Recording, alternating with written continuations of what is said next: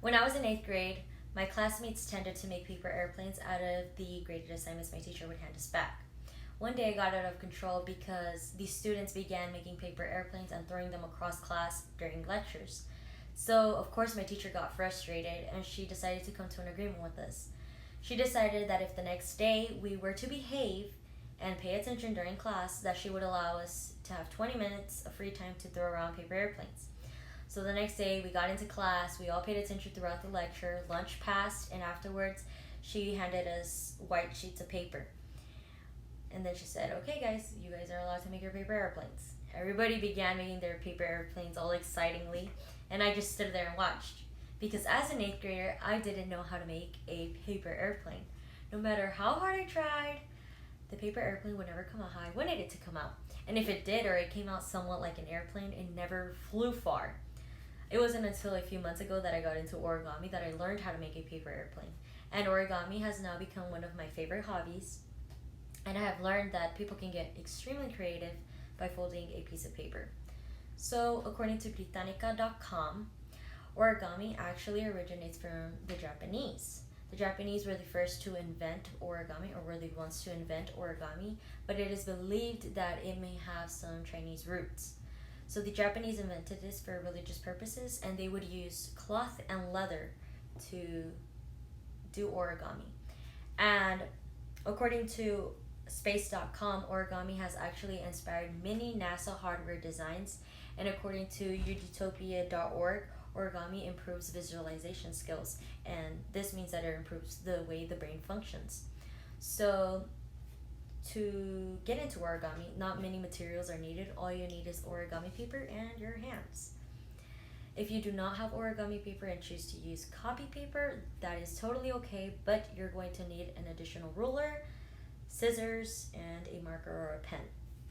So the first step, what I will be teaching today, is how to make a heart shape out of paper. And if you're using copy paper, the first step you're going to do is you're going to measure your paper vertically. And as you can see, it measures to about 8.5 inches vertically. And then horizontally, then you're going to measure it vertically, and you're going to cut the paper into a perfect square right across. You're going to use your scissors to cut it right across. Afterwards, when you have your perfectly shaped paper, you're going to fold the paper diagonally. So you're going to fold the paper diagonally, just like this.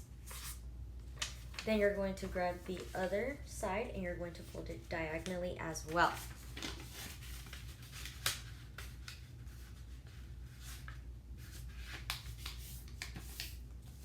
Once you're done with that, you're going to open your piece of paper and you're going to turn it diagonally towards where it looks like a rhombus.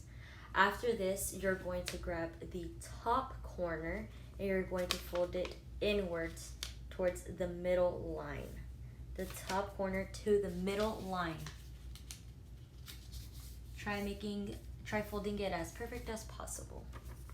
So the top corner to the middle line. Next, you're going to want to grab the bottom corner and you're going to fold it all the way to the top, not passing this fold, just right there to the little peak. You're going to fold it all the way to the top. Remember, not to the middle, not past the top, but just perfectly to the top. Then you're going to grab either the left or the right side and you're going to fold it inwards to the middle. So grab the left or right side and fold it inwards to the middle. After this, whatever you do to the right side, you will be doing to the left side. So you're going to grab the left side and you're going to fold it to the middle as perfectly as possible. Because the closest you are to perfect, the better. Then we see that we have 4 awkward corners here. They're fixable and it's very simple to fix it. All you're going to do for these 2 corners is you're going to fold them downwards to this line. Downwards to this line, just like that. And you're going to do the same thing that you did to the right side to the left side. Fold it downwards to the line in the back. because your heart is right here. And for the edges, you're going to fold about a centimeter in. So you're going to fold a centimeter in, just like this, and you're going to fold the same thing, a centimeter in, just like that, and then you have your heart. The next step is optional.